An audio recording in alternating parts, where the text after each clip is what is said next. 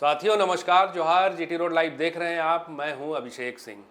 साथियों, झारखंड में कुर्मी आंदोलन या कहिए झारखंड में आदिवासी समुदाय द्वारा किया गया आंदोलन, जवाब सवाल सवाल जवाब।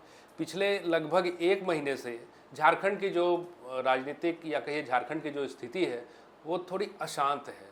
कभी रेल टेक्का आंदोलन कुर्मी समाज द्वारा चलाया जा रहा है, तो कभी जगह जगह पे आप देखेंगे कि धरना प्रदर्शन आदिवासी समुदाय द्वारा किया जा रहा है। चाहे वो रांची में आप देखिए राजभवन के समक्ष हो या कहीं और हो, तमाम कॉन्फ्रेंस, प्रेस कॉन्फ्रेंस, सवाल और जवाब का दौर जो है वो चालू है। झारखंड से शुरू हुआ यह मुद्दा अब तो दिल्ली तक भी पहुंच गया है। आपने देखा पिछले वीडियो में हमारे टाइगर जयराम महतो ने जो कहा कि उनकी बात भी हुई है और वो दिल्ली भी जा रहे हैं। गृह मंत्रालय के अधिकारियों और नेताओं के साथ उनकी आगे की चर्चा भी होनी है। साथियों, ये सब तो अपनी जगह, लेकिन एक बात है जो समझ से बाहर है, वो है इस मामले में सरकार की चुप्पी।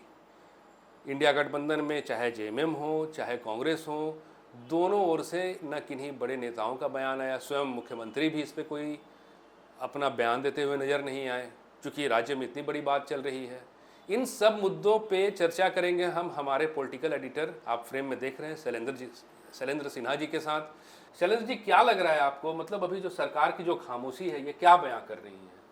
देखिए, सच में ये बहुत बड़ा सवाल है। अभी भी ये सवाल है जो आखिर क्या वजह ऐसी थी जो पिछले एक महीने से भी ज़्यादा समय से क्योंकि जब से कुर्मी संगठनों ने रेल टेक्का आंदोलन का पिछले महीने ऐलान किया था, जो 20 सितंबर से वो रेल टेक्का आंदोलन अनिश्चितकालीन के लिए शुरू करेंगे, तो उसके बाद से लगातार, चाहे वो जैसा आपने भी कहा, जो आदिवासी संगठनों ने भी इसका विरोध करना शुरू कर दिया और लगातार वही आरोप प्रत्यारोप के दौर में प्रेस कॉन्फ्रेंस दोनों संगठनों की ओर से होते रहे।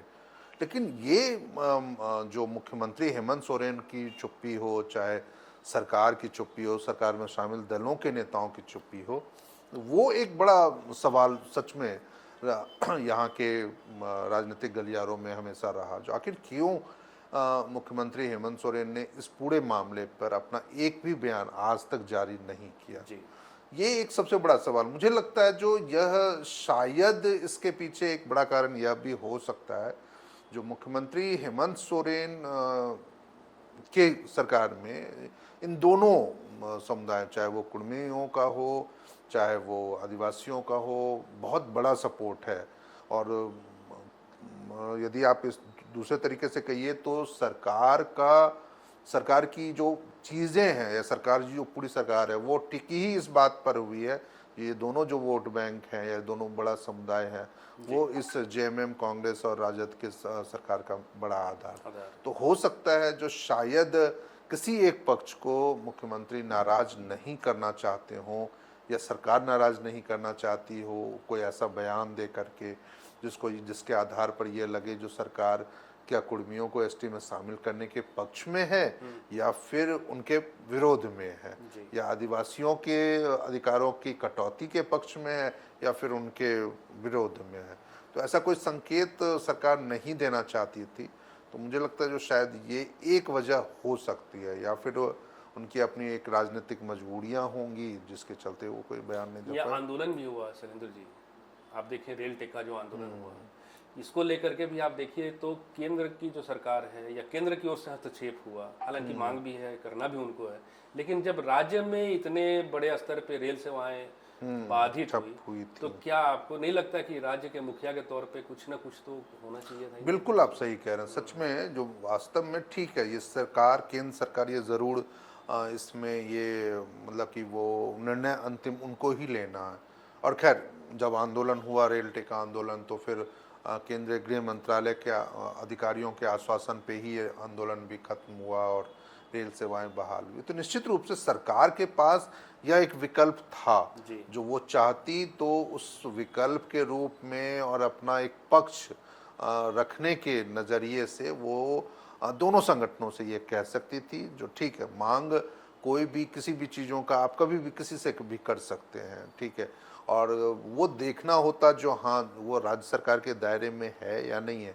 क्योंकि हम सभी जानते हैं जो कैसे 2004 में तत्कालीन जब सरकार थी अर्जुन मुंडा के नेतृत्व में झारखंड में, तो उस सरकार ने कैबिनेट से प्रस्ताव पारित करके केंद्र को भेजा था उसकी जी, मंजूरी जी, के लिए। जी। तो वो चाहती सरकार तो इस तरीके से भी उन चीज़ों को आगे, उन चीज़ों को लेकर के आगे बढ़ सकती थी, या फिर एक सर्वदलीय बैठक बुला सकती थी जिसमें ये चर्चा होती और जो भी बैठक में बातें आती फिर उसके आधार पे कोई निर्णय होता, या फिर वो ये कह सकती थी जो हाँ आप दोनों संगठनों की मांगों को हम प्रमुख रूप से केंद्र को हम भेज सकते हैं, दोनों संगठनों के बीच में एक संवाद की स्थिति भी कायम चाहती तो राज्य सरकार कर सकती थी।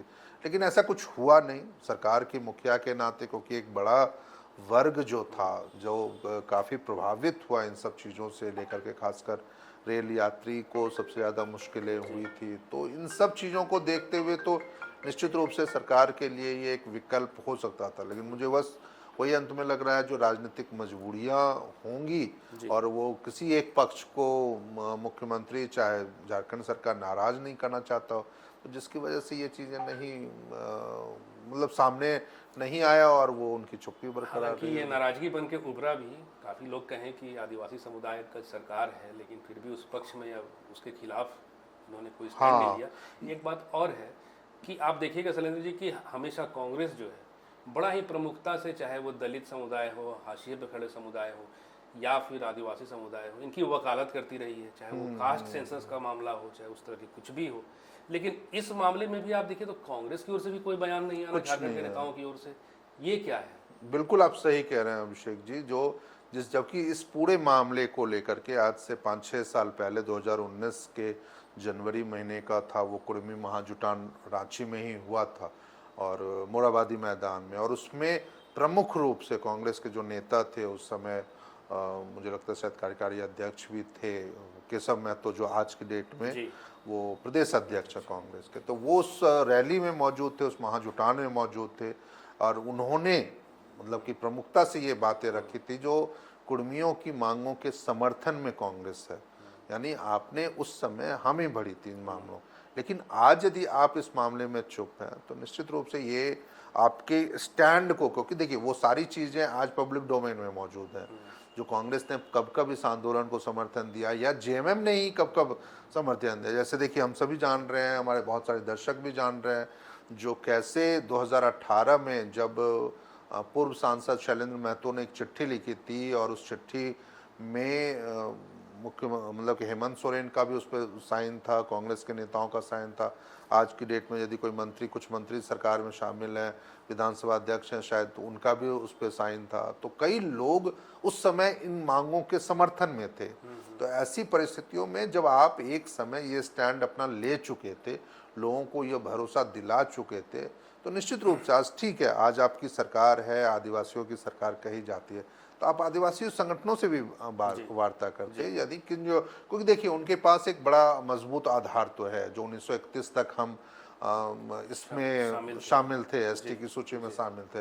तो अब सरकार के पास क्या विकल्प बचता है? सरकार के पास संविधान में क्या क्या प्रावधान है जिसके तहत किसी भी समुदाय को कैसे आप एसटी में शामिल कर सकते हैं या नहीं, उनके लिए क्राइटेरिया है। जैसे पिछली बार यह भी एक चर्चा आई थी, जो टीआरआई की रिपोर्ट क्या कहती है, तो तमाम नए सिरे से आप टीआरआई से रिपोर्ट मंगवा लेते, उससे एक अध्ययन मंगवा लेते। तो बहुत सारे विकल्प ऐसे हैं जिसमें इस मसले को आप आगे बढ़ाने के लिए झारखंड में सरकार चाहती तो वो निश्चित रूप से एक पहल कर सकती थी।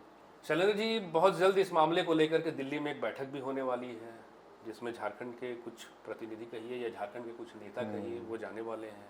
क्या लगता है इस बैठक में कौन जाएंगे और क्या इस पे महत्वपूर्ण कोई बिंदु निकल कर आ रहा है, ऐसा आपको दिख रहा है? नहीं, बिल्कुल आप ठीक कह रहे हैं। जो देखिए इस बैठक पे अब नज़रें तो बहुत हैं, क्योंकि पिछली बार भी जब 2023 में रेल टेका आंदोलन हुआ था तो उस समय भी एक चर्चा हुई थी, केंद्रीय गृह मंत्रालय इस मामले में दखल देगा और पहल करेगा। हालांकि वो समय से कितनी पहल हुई और क्या आई वो अब तक सामने नहीं आ सके, लेकिन इस बार इस बैठक से काफ़ी बड़ा जुड़ाव है, आप कह सकते हैं, जो क्योंकि जैसा पिछले वीडियो में जयराम महतो भी कह रहे थे, जो उनकी केंद्रीय गृह मंत्रालय के अधिकारियों के साथ बातचीत हुई है और कुछ आश्वासन मिला है जो जल्दी बैठक हुई। तो अब तक जो जानकारी सामने आ रही है उसमें ये कहा जा रहा है, जो गिरिडीह सांसद जो आजसू पार्टी के नेता भी हैं चंद्र प्रकाश चौधरी, वो इस बैठक में शामिल हो सकते हैं। जो विद्युतानंद महतो जमशेदपुर सांसद हैं, भाजपा के कोटे के वो सांसद हैं, तो वो इस बैठक में शामिल हो सकते हैं। सुदेश महतो शामिल हो सकते हैं, जयराम महतो उन्होंने कहा है जो वो शामिल हो सकते हैं। एक और चर्चा मतलब कि सुनने में ये आ रहा है, जो उड़ीसा से एक बीजेपी कोटे से राज्यसभा सांसद है ममता महतो, जो कुर्मी से ही आती हैं, तो वो भी शायद इस बैठक में शामिल हो सकते हैं। इसके अलावा विधायकों में भी कई विधायक हो सकता है जो शामिल हो सकते हैं, जो खासकर कुर्मी समुदाय से आते हैं विधायक।